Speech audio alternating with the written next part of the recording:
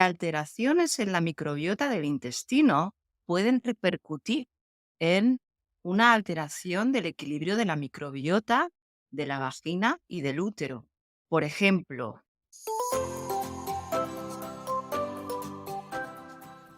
Hola, en este episodio tenemos a otra invitada muy especial, la doctora Cristina Moros. Se está uniendo con nosotros desde Barcelona, España. La doctora Moros, una doctora médico cirujano, graduada de la Universidad Autónoma de Barcelona y tiene una experiencia clínica muy amplia. Tiene estudios en farmacología clínica, es especialista en salud de la mujer, en temas de fertilidad o de infertilidad. Tiene mucha experiencia no solamente en el ámbito clínico y farmacológico en Europa, sino también en Latinoamérica. Vivió unos años en México, un país que es muy especial también para ella y su familia.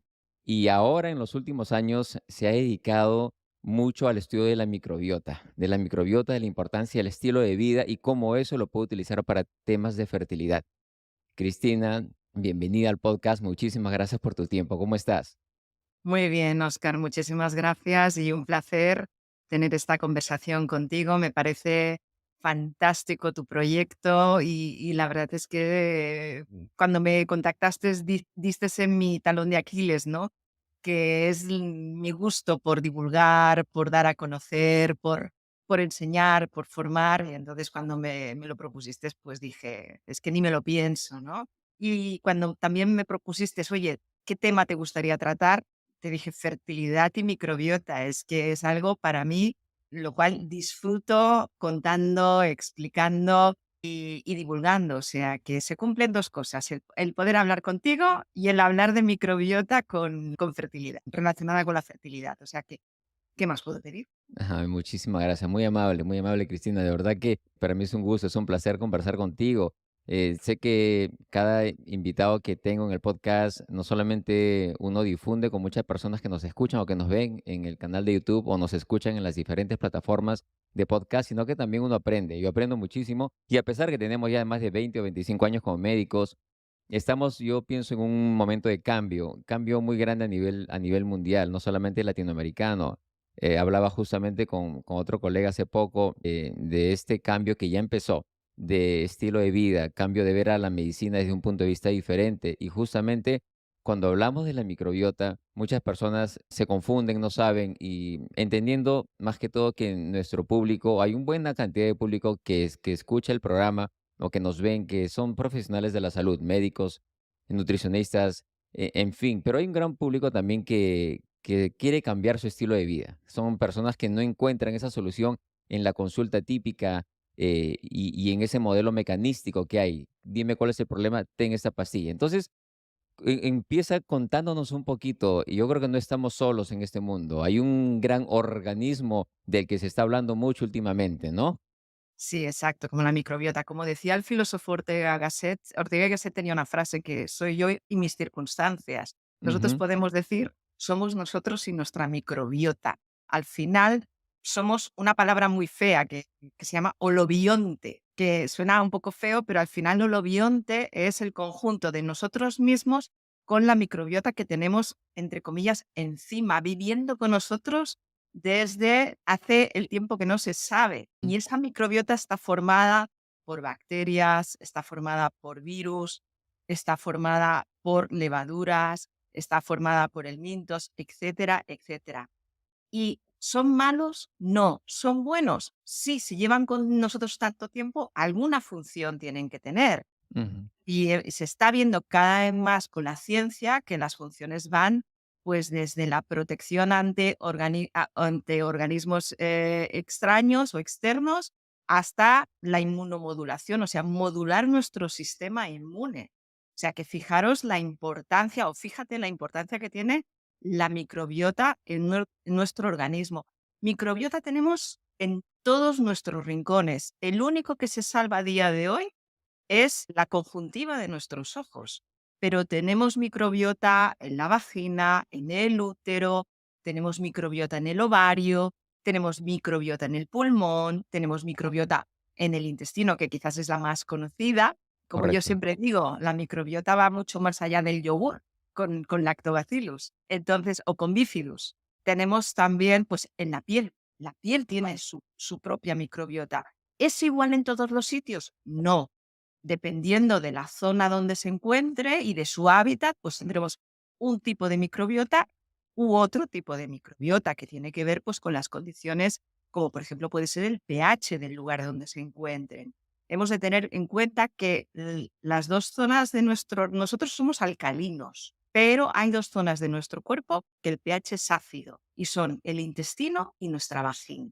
Entonces, la microbiota tiene que ser diferente porque las condiciones de vida son diferentes. La microbiota va evolucionando a medida de, no es lo mismo la microbiota de un bebé recién nacido, a un adolescente, a un adulto, a un anciano o un centenario. La microbiota va evolucionando tanto en cantidad como en diversidad. Entonces, no estamos solos, estamos Oh, nosotros mismos con nuestra microbiota.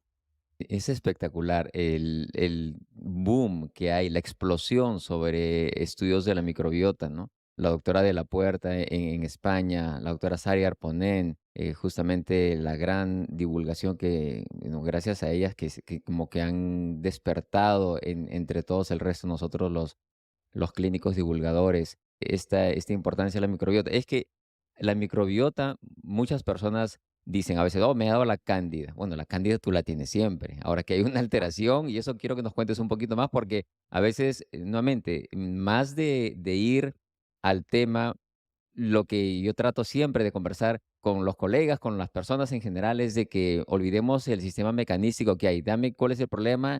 Y no queremos llegar a esto con la microbiota. Por ejemplo, no queremos decir, ok, ¿cuál es el problema que tengo de infertilidad? Ok, dime el probiótico que tengo que tomar. O sea, de eso no se trata. Se trata de es mucho más complejo. Hay que ir mucho más en detalle. Hay que entender de que hay un equilibrio y hay que entender de lo que son los patógenos o los organismos facultativos y cuando hay una alteración. Cuéntanos un poquito más sobre qué sucede cuando esta microbiota se altera, ¿no? Cuando pasa esta disbiosis. Como ya os he comentado, como te he comentado, en nuestra microbiota pues tenemos desde bacterias, tenemos virus, tenemos levaduras, tenemos varios tipos de microorganismos. Entonces, dentro de estos microorganismos en condiciones normales viven en perfecto equilibrio. Ujú, Sí que es cierto que cuando hay algún factor que altera el equilibrio, factores pueden ser pues desde una infección al consumo de antibióticos, el estrés crónico, la inflamación de bajo grado de tipo crónico, pues todos estos, una dieta bastante inflamatoria o una dieta occidental, por ejemplo, pues todos estos factores alteran ese equilibrio de la microbiota. ¿Y en qué se traduce esto? Pues se traduce en que, por ejemplo, microorganismos, como voy a poner el ejemplo de la cándida, que correcto. al hilo de lo que tú has dicho. Cándida está con nosotros y la cándida tiene una función, como el resto de sus compañeros de viaje dentro de la microbiota.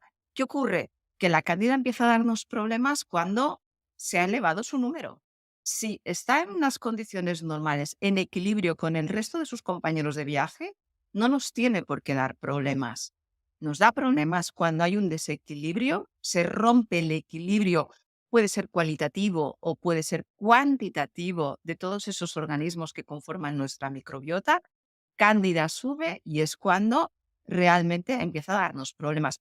Puede subir, pues porque, por ejemplo, los lactobacilos han bajado, que es lo que ocurre, por ejemplo, en una vagina disbiótica, en una vaginosis bacteriana. Tenemos una candidiasis, pues porque hay una disminución de lactobacillus. Los lactobacillus, en un número correcto, son los que mantienen a raya a esa cándida.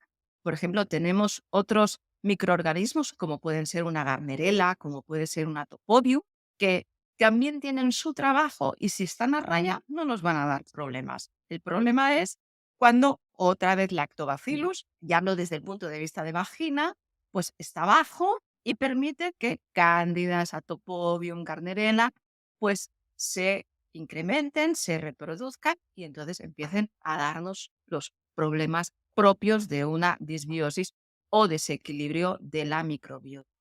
Decías al principio también de que, bueno, que tenemos aquí en España referentes como son la doctora Arponen o la doctora de la Puerta. Ellas empezaron cuando todo esto apenas se conocía.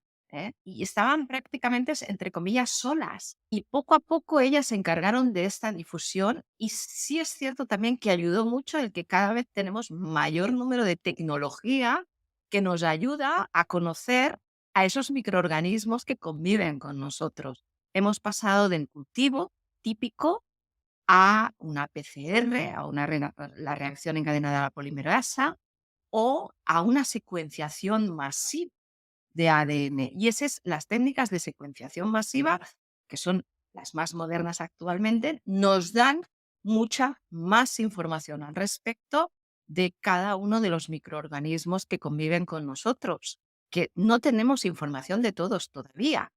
O sea, están todos los que son, pero no son todos los que están, como digo yo siempre, Mm, ¿no? Entonces, cada día o cada cierto tiempo, pues va apareciendo alguno nuevo y cuando lo identificamos, después tenemos que saber qué rol cumple dentro de la comunidad de la microbiota. Y eso es muy importante.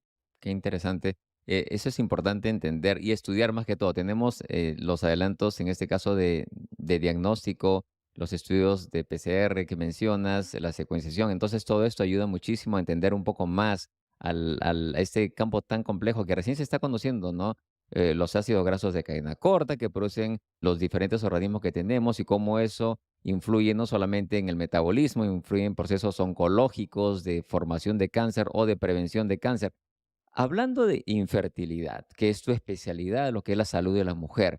Una pregunta primero, un comentario general. El problema de la infertilidad ha aumentado muchísimo. Ay, ¿Tendría que ver con estos cambios de estilo de vida, con cambios inflamatorios? Cuéntanos un poquito cómo has visto tú la evolución de estos problemas de infertilidad y ahora y el enfoque, ¿no? Que le estarías dando tú o cómo ha cambiado tu misma perspectiva como especialista, como profesional en mira, esto.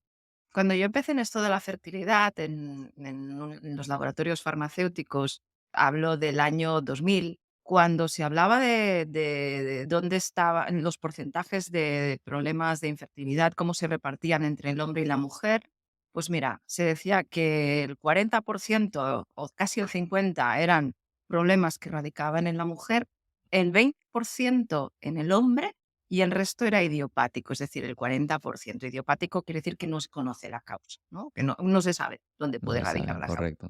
A día de hoy, a día de hoy, el 40% de los problemas son de infertilidad femenina, el otro 40% es masculina, o sea, se ha incrementado y nos queda un 20% que es idiopático, Ujú, ¿vale?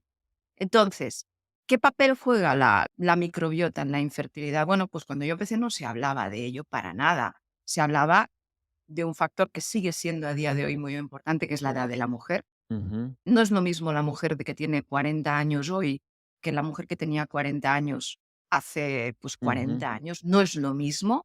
Envejecemos estupendas, tenemos una piel que nos cuidamos, estamos, entre comillas, pues que parece muchas veces que tenemos muchos años menos, pero yo siempre digo que nuestros ovarios envejecen y eso nosotras no somos conscientes, no porque no los vemos, pero envejecen. Ujú, Y ese envejecimiento, pues es inexorable en el tiempo, ¿no? Entonces, la mm, edad de la mujer es un factor a día de hoy casi el primero, por no decir el más importante, que se sigue manteniendo, y luego otros factores que se han ido añadiendo, como has mencionado, el estilo de vida, el estrés y, por ende, otro factor que se ha añadido es el desequilibrio de la microbiota.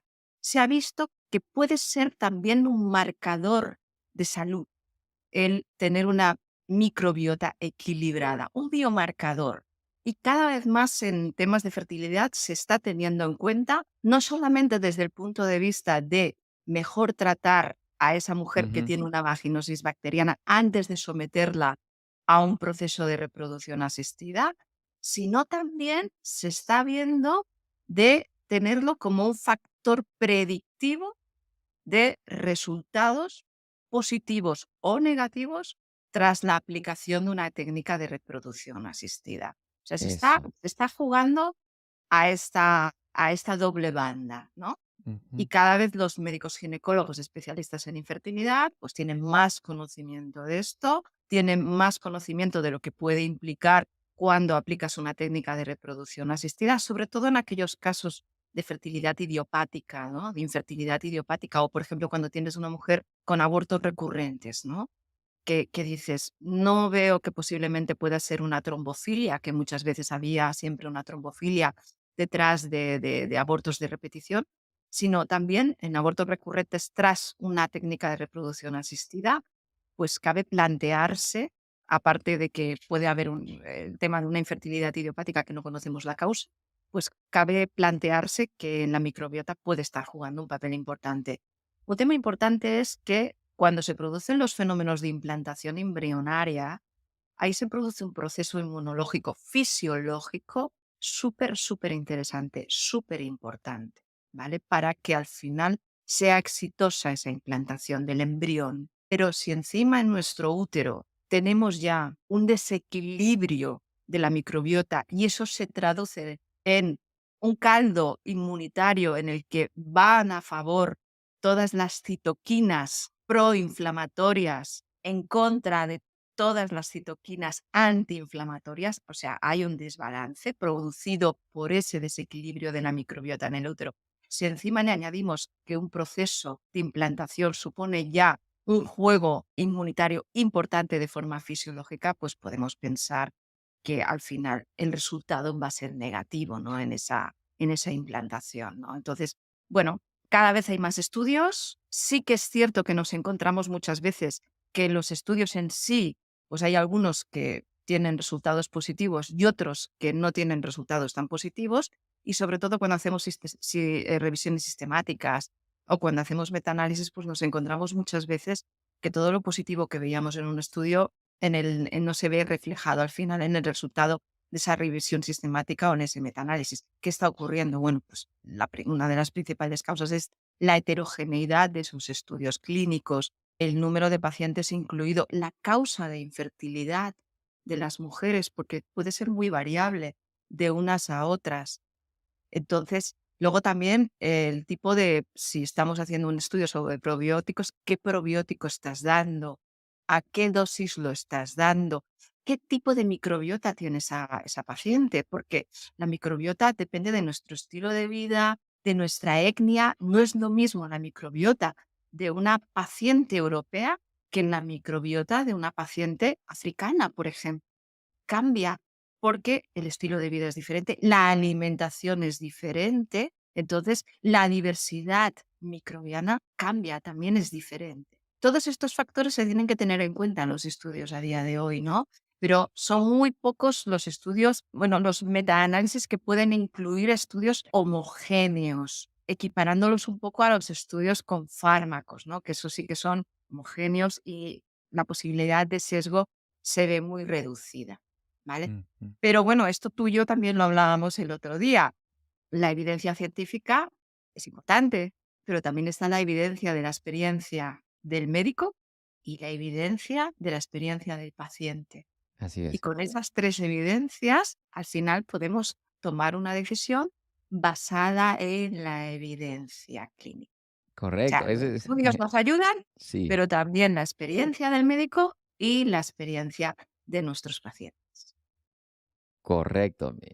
Me estás dando una cátedra en lo que es microbiota y su alteración y fertilidad. Es interesantísimo, la verdad, Cristina, de cómo has mencionado muchos aspectos importantes, no solamente la disbiosis, no solamente el hecho de que antes las causas se sabían, bueno, idiopático, no sé de dónde viene esto, ahora tenemos una idea mucho más clara y del interés que hay en general, no solamente en el público, sino en el personal de salud, en los colegas, en las personas que practican este tipo de medicina y en todos, ¿no? El hecho de conocer un poquito más sobre la microbiota. Yo justamente ahorita estoy revisando estos estudios, son varios estudios que se han publicado, 2018, 2019, tengo uno en 2020, que es una revisión, no es un metaanálisis, pero es una revisión de la importancia de la microbiota y la fertilidad.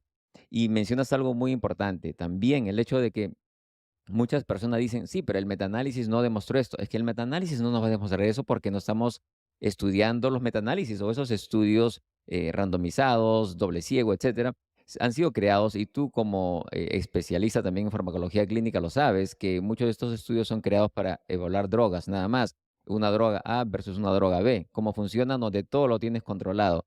Sin embargo, en situaciones que son mucho más complejas, desde nutrición, a veces el ejercicio, dependiendo, pero en especial esto de la microbiota en la fertilidad, hay muchísimos factores. Es la microbiota en nosotros varía completamente de país en país, son los estilos de vida, es los alimentos que comemos, es de dónde se producen, porque todo es un ecosistema, todos estamos relacionados. Entonces, varía muchísimo, muchísimo. La homogeneidad en estos estudios es muy difícil de alcanzar. Por eso que no podemos hacer conclusiones basadas solamente en un metaanálisis. Son estudios que nos ayudan como referencia, por supuesto que sí.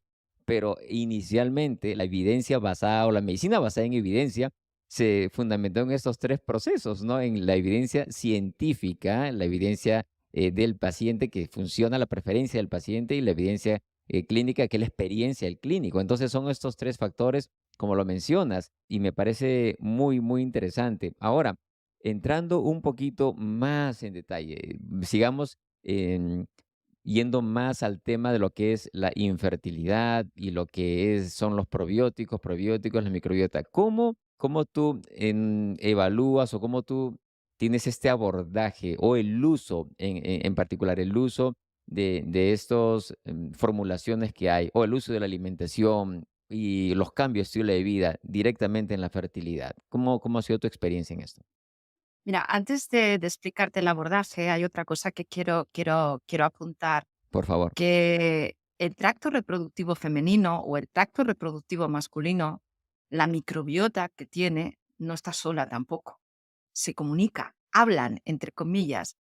Sistema reproductivo femenino, la microbiota de la vagina habla con la microbiota del intestino, por proximidad. ¿M? Porque hay un trasvase de microbiota constante entre la vagina y el ano. Entonces, se van comunicando constantemente y alteraciones en la microbiota del intestino pueden repercutir en una alteración del equilibrio de la microbiota de la vagina y del útero. Por ejemplo, es muy importante tener en cuenta que en el intestino tenemos unas bacterias que tienen una enzima que se llama la beta-glucuronidasa, Ujú. y ese grupo de bacterias se les llama el estroboloma. ¿Qué quiere decir? ¿Qué hacen? Bueno, pues el estrógeno, la hormona femenina, se biotransforma en el hígado para poder ser expulsada a través de la bilis en el intestino, ¿vale? Lo que hace, una vez en el intestino, ese estrógeno desconjugado, es que la beta-glucuronidasa de esas bacterias intestinales lo vuelven a recaptar, lo conjugan y lo vuelven a poner otra vez en el torrente sanguíneo, a hacer función, o sea, a recircular. ¿Qué ocurre si tenemos esa microbiota, ese estroboloma a la alta o a la baja? Pues podemos tener concentraciones de estrógenos por encima de lo normal o por debajo de lo normal. Así es. Y eso al final repercute en enfermedades como puede ser un ovario poliquístico, como puede ser una endometriosis, como puede ser también en un cáncer dependiente de hormonas, de estrógenos en este caso. ¿Con esto qué quiere decir? Que muchas veces las alteraciones de la microbiota del tracto reproductivo femenino vienen del intestino. Entonces, Interesante. hay que tratar el intestino. Por ejemplo, la candidiasis de repetición. Muchas veces vamos a tratar la vagina constantemente, venga, venga, antibióticos, probióticos, pero es que el reservorio de la cándida está en el intestino. Correcto. Así También es. hay otra Wow. cosa muy importante. La microbiota de la vagina, por proximidad, hemos dicho que habla con la microbiota del intestino, pero habla con otras microbiotas. ¿Con qué microbiota habla? Entre comillas, pues, por ejemplo, con la de la boca. ¿Cómo hablan? ¿Cómo se translocan? Que la palabra se llama translocación, que es la capacidad que tiene la microbiota de atravesar barreras para ir de un sitio a otro. ¿Cómo lo hace? Pues a través del torrente sanguíneo.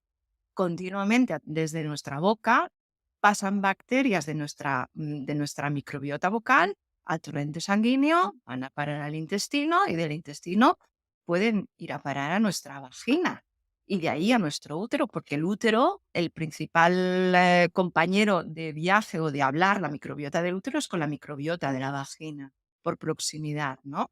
Entonces, tenemos que tener en cuenta que muchas veces pues por ejemplo, periodontitis crónica. Tenemos una paciente joven, tal, que tiene periodontitis crónica y vemos que tiene una vaginosis. ¿Qué ocurre ahí? Pues que el problema está en la boca y a lo mejor habrá que tratar la boca. O, por ejemplo, también otro abordaje es el abordaje de la pareja. Con nuestra pareja sexual no solamente compartimos fluidos, compartimos microbiota.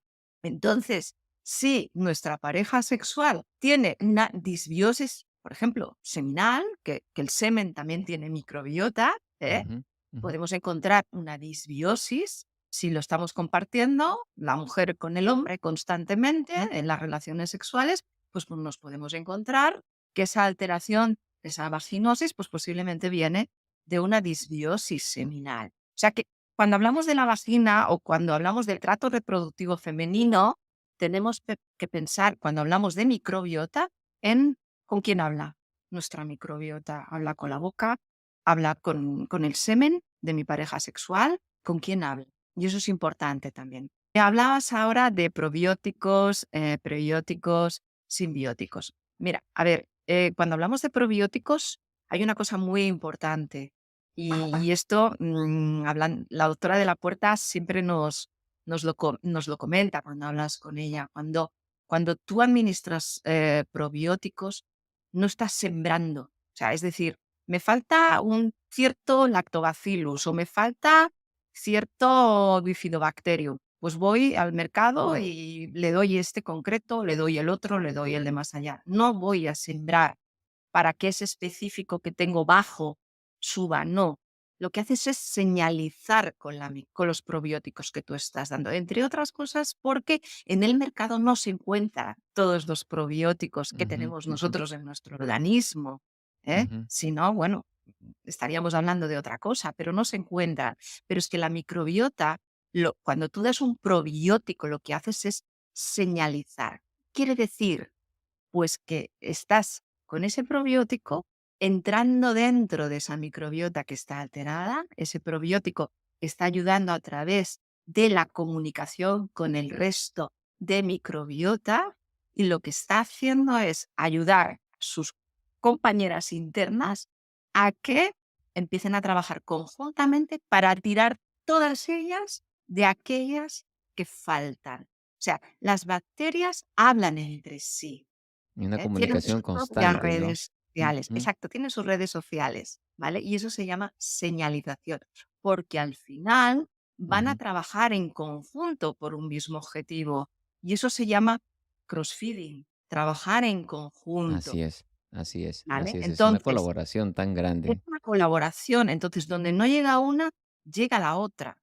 ¿Vale? Entonces, por ejemplo, en fertilidad, los probióticos básicos que se dan, los más son principalmente el Lactobacillus crispatus, el Lactobacillus rhamnosus y el Lactobacillus plantarum.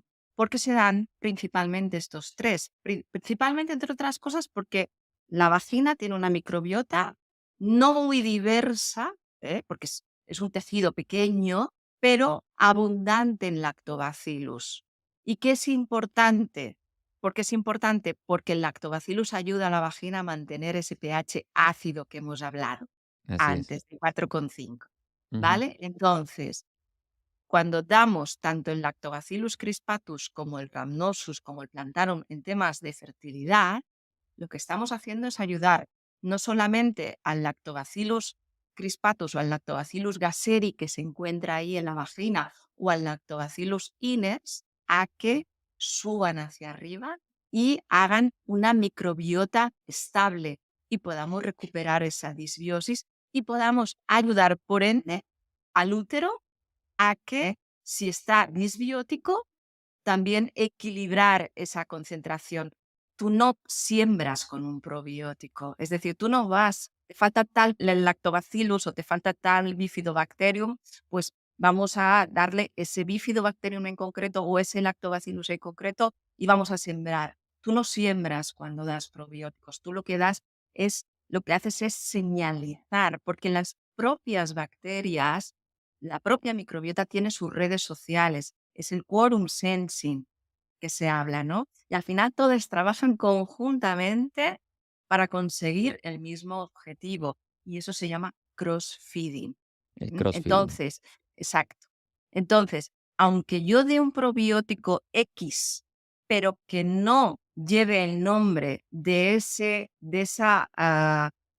bacteria que, por ejemplo, tengo baja, como puede ser una Kermansia, como puede ser cierto bacteroide, aunque no lleve, porque no exista en el mercado, por ejemplo, lo que yo estoy dando, lo que va a hacer al llegar al lugar donde encontramos ese desequilibrio, lo que va a hacer es tirar de lo que hay, tirar del resto de microbiota, acompañarlas a que puedan conseguir sus objetivos, que puedan llevar a cabo su trabajo, a que se reproduzcan entre ellas y al final conseguir a través de la señalización ese equilibrio tanto a nivel cualitativo como a nivel cuantitativo.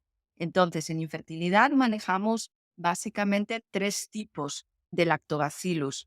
Cuando digo lactobacillus, administramos lactobacillus porque principalmente la microbiota vaginal está conformada por lactobacillus. ¿Y Ujú. por qué? Pues porque al final su principal función es mantener el pH ácido de la vagina, porque si no lo consiguen es cuando entramos en disbiosis vaginal. Entonces se trabaja principalmente pues con el Lactobacillus plantarum, con el Lactobacillus rhamnosus y con el Lactobacillus crispatum. Perfecto. Y eso es importante que muchas veces que las personas entiendan también de que no es solamente dame los probióticos y con eso voy a mejorar, es un cambio del estilo de vida, porque tiene que ver mucho con la microbiota, es cambiar desde el sueño, las relaciones, cambiar la alimentación, el ejercicio, el descanso, todo esto va de la mano con lo que nos están mencionando ahora, ¿no?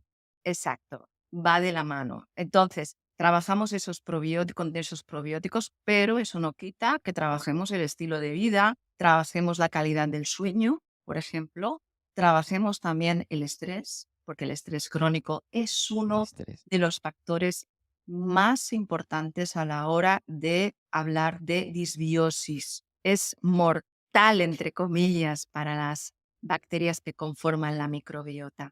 Otro tema es la higiene mental, es súper Ahí estamos. importante también. Y el tema emocional también es muy importante trabajarlo también junto con el ejercicio. O sea, dieta, ejercicio adaptado a la situación de cada uno, higiene mental, control del tema emocional y, por supuesto, lo que es la suplementación con probióticos y prebióticos si se diera el caso, en ese sentido. Recordemos que el prebiótico es la chicha de la microbiota, es con El lo que se alimento, la alimenta. comida. Sí. Exactamente. Que pueden ser pues desde betaglucanos hasta un FOS, etcétera, etcétera. Y luego están los posbióticos, como pueden ser metabolitos, entre otras cosas, los ácidos grasos de cadena corta que mencionabas anteriormente, como puede ser el butirato, Mm, en este ujú. sentido. Entonces, en infertilidad trabajamos con estos probióticos. ¿Y cuándo? ¿Cuándo? Bueno, pues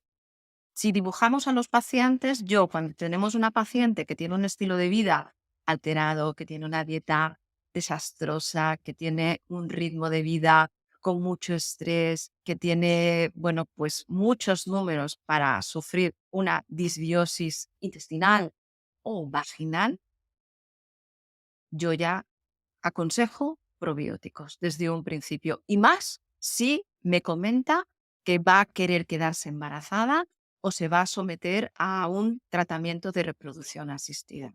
Podemos empezar con el probiótico, con el tratamiento, antes de que se quede embarazada, antes de la técnica de reproducción asistida. No pasa nada, podemos hacerlo. ¿Y cuándo dejarlo? Pues lo podemos mantener, incluso si se queda embarazada, durante todo el ciclo de tratamiento de reproducción asistida y si conseguimos un embarazo, y luego también durante la lactancia materna, porque al final esos probióticos que estamos administrando de manera oral, ahora hablaremos de la vía vaginal y la manera oral, esos probióticos también van a ejercer un efecto beneficioso en la conformación de la microbiota del lactante. Entonces, podemos mantenerlos y también se ha visto ya hay estudios serios en los cuales la administración de probióticos durante la gestación disminuye el riesgo de diabetes gestacional. Es decir, también el probiótico actúa modulando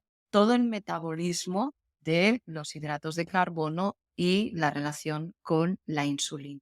Eso es muy importante también. Otra pregunta que te hacen, ¿probióticos orales o probióticos vaginales? Con A eso es lo ver. que te iba a preguntar ahora, justamente. Bien, yo soy una firme defensora de los probióticos orales. Cada vez tenemos mayor evidencia científica. ¿Cuál es la duda del ginecólogo? ¿Ya le llegará a la vagina? A ver, hay probióticos y probióticos en el mercado. Tenemos que procurarnos probióticos de calidad, certificados y que tengan una dosis que al menos sea de 10 a la 10 unidades formadoras de colonias. O sea, la fuente de ese probiótico tiene que ser de máxima fiabilidad y para ello tenemos laboratorios con extensa experiencia certificada. No es lo mismo comprar un probiótico en una farmacia que en un centro comercial. Cuidado con esto. Ujú, Después, si cumple con todas esas características, ese probiótico va a llegar al lugar donde es necesario, que en este caso es la vagina. ¿Por qué? Pues por lo que he comentado antes, por la comunicación que hay oral, intestinal, vaginal. Va a llegar ahí. Y si lo administramos oralmente, estamos haciendo tres funciones. Una función sistémica, una función intestinal y la tercera, una función local. Va a ejercer una función local, que es en la vagina. Y por ende, en el útero. Siempre que hablo de vagina, también lo asocio con el útero. También esto es importante. Entonces, y luego también otra cosa importante, vamos a mejorar la adherencia al tratamiento con probióticos de la paciente y vamos a disminuir el riesgo de un posible empeoramiento de esa vaginosis por manipulación.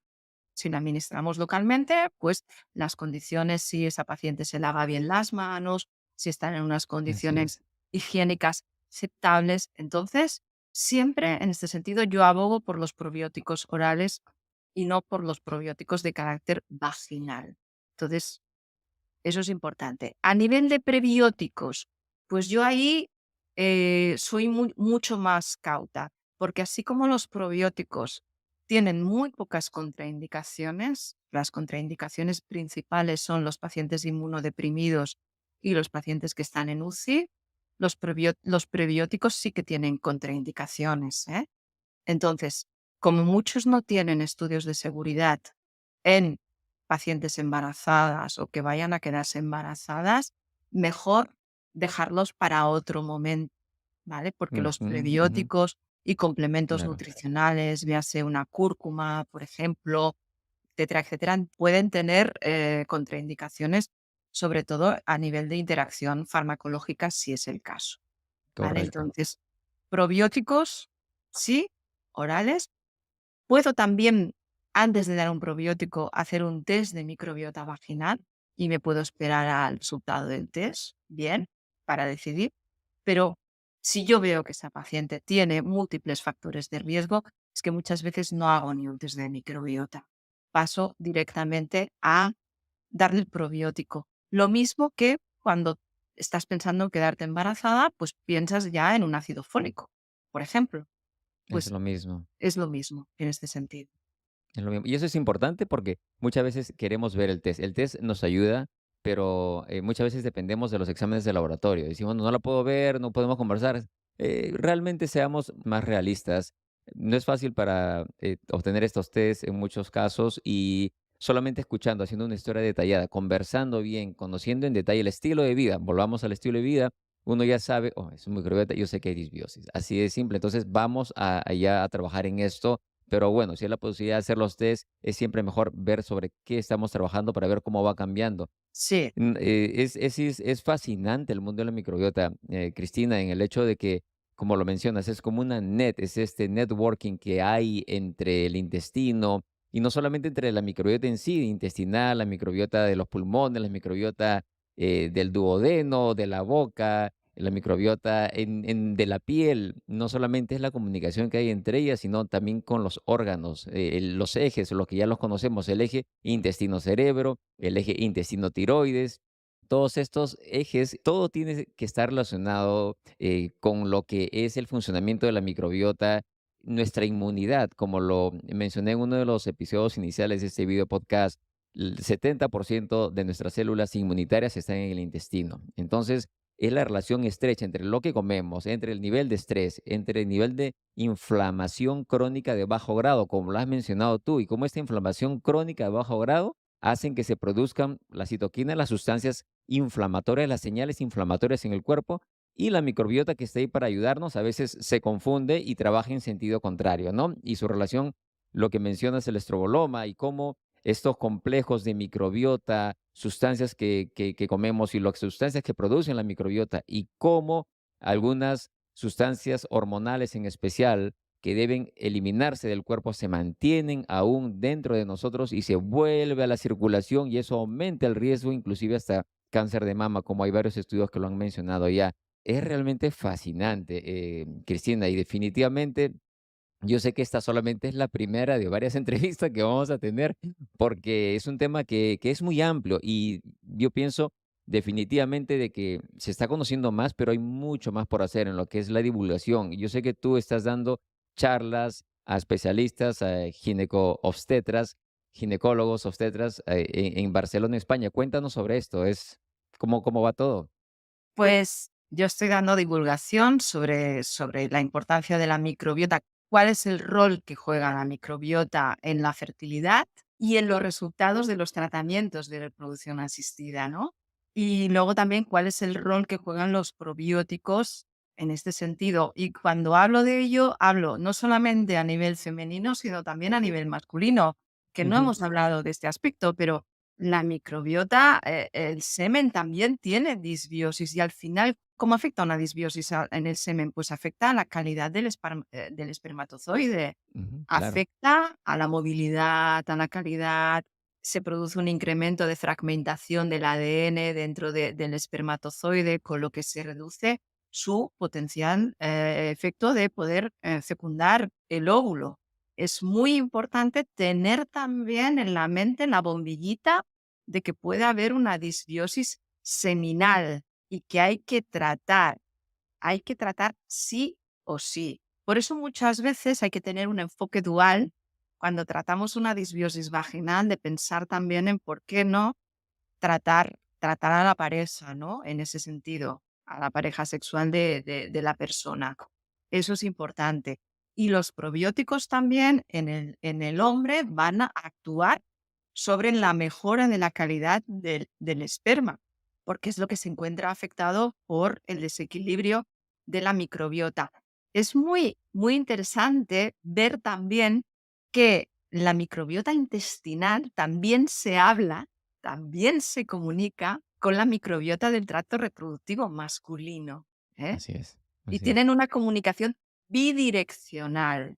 Los andrógenos pueden influir en la microbiota intestinal y la microbiota intestinal puede influir en la formación de testosterona, ¿eh? Bien a través directamente, a través del testículo directamente o bien a través del eje hipotálamo hipófisis gonadal. O sea que tienen ahí también un diálogo muy interesante. Y también nos encontramos que una de las especies preponderantes dentro de la microbiota seminal están los lactobacillus, aunque la diversidad es mucho mayor que la de la vagina, porque, bueno, ese líquido pues interviene en la próstata, interviene la vejiga, interviene el testículo, o sea que hay muchos parteners con los cuales el semen entra en contacto y va recogiendo microbiota de todos ellos. Entonces, es muy importante pensar que una infección en el tracto reproductivo masculino, por ende, muchas veces va a llevar a una alteración de ese semen. Entonces, esto también hay que tenerlo muy en cuenta. Ujú, Pero es ujú. Es muy muy interesante interesante. la Y no nos ciencia. olvidemos el porcentaje significativo, ¿no? En este caso, de origen de parte de la pareja masculina, del hombre, en lo que es el caso de infertilidad. Generalmente se estudia solamente a la mujer, pero no nos olvidemos de la parte del hombre. Es un porcentaje importante, ¿no? Muchas veces hasta una tercera 40%. parte, 30, Están 40%. igualados. Están 30, cuarenta igualados. por ciento. Correcto, están casi 40, igualados. 40 Entonces, y el resto es idiopático, no eh, sabemos. así es, entonces eso me encanta, el hecho de tener un enfoque de pareja, personas que han tenido problemas de infertilidad, justamente antes el enfoque ha tratado siempre de ver solamente a la mujer. Consideremos a la pareja también, como lo mencionas, como la importancia de la microbiota seminal tiene que ver en este caso de infertilidad. Es tanta Ujú. información tan interesante. Si hay, doctora Cristina Moros, Cristina, si hay algún mensaje, yo sé que hay muchas cosas que estamos mencionando en este episodio de la microbiota e infertilidad, y hay mucho más por conversar. Estamos solamente, como se dice, arañando la superficie de esto, pero si hay algún mensaje que quisieras que las personas que nos están viendo, escuchando, se queden. ¿Cuál sería ese mensaje que quisieras que llegue, que ellos entiendan? ¿Qué te gustaría comunicar? Sí, a ver, quería comunicar 2 o 3 mensajes. El primero, que la microbiota está para quedarse. O sea, todo lo que estamos sabiendo cada día no es una moda. No es que ahora hablamos todos de SIBOs en las redes sociales. No, estamos poniendo nombre y apellidos a algo que ha ocurrido siempre. Lo que pasa que por desconocimiento no sabíamos qué ocurría, pero ahora sabemos que se llama sobrecrecimiento bacteriano en el intestino delgado, ¿vale? Y se Ujú, llama SIBO, pero al final no deja de ser una disbiosis intestinal, ¿ve? Al final es el origen, ¿no? De todo esto. Entonces, el estudio de la microbiota está para quedarse. Y yo creo que la microbiota al final va a ser un biomarcador de salud. El estado de nuestra microbiota, sea del órgano que sea, yo creo que al final lo vamos a introducir como un biomarcador más de salud. Y ujú, tercero, tenemos que confiar en la acción, en la eficacia de los tratamientos con probióticos, porque no debemos trasladar el concepto que tenemos del fármaco tradicional de la medicina alopática de antibiótico curación ujú. y lo vemos, lo palpamos, porque la sintomatología del paciente, los signos y los síntomas han desaparecido, ese paciente está curado. Claro, cuando damos probióticos muchas veces no palpamos, no vemos, pero tenemos que escuchar al paciente, tenemos que escucharlo, porque la microbiota se diagnostica hablando. Qué Entonces, bonito. cuando yo trato a un paciente, pregunto sus síntomas basales y a medida que pasó el tiempo, esos mismos síntomas que yo le pregunto a nivel basal, le voy preguntando durante el tiempo y voy viendo si mejoran o no mejoran. Y eso a mí me da la información necesaria para poner un tratamiento u otro o hacer las modificaciones necesarias. Entonces, la microbiota está para quedarse. Creo que va a ser un biomarcador de salud más que vamos a tener que tener en cuenta y que los probióticos son eficaces y seguros. Y un último mensaje más. El tratamiento de la microbiota no es una terapia alternativa, para nada. Es una terapia complementaria. Nunca, nunca, si tenemos un paciente que está con un tratamiento farmacológico, un tratamiento con probióticos tiene por qué sustituir ese tratamiento farmacológico. Pueden ser perfectamente complementarios. De hecho, muchas veces se dan, por ejemplo, en pacientes con enfermedades autoinmunes, como puede ser una artritis reumatoide, por ejemplo, se pueden dar probióticos o se pueden dar complementos nutricionales juntamente con la terapia farmacológica o la terapia biológica y muchas veces se hace o bien para disminuir la dosis o bien para disminuir la intensidad de los efectos adversos del tratamiento farmacológico o bien también para disminuir la administración de antiinflamatorios no esteroideos.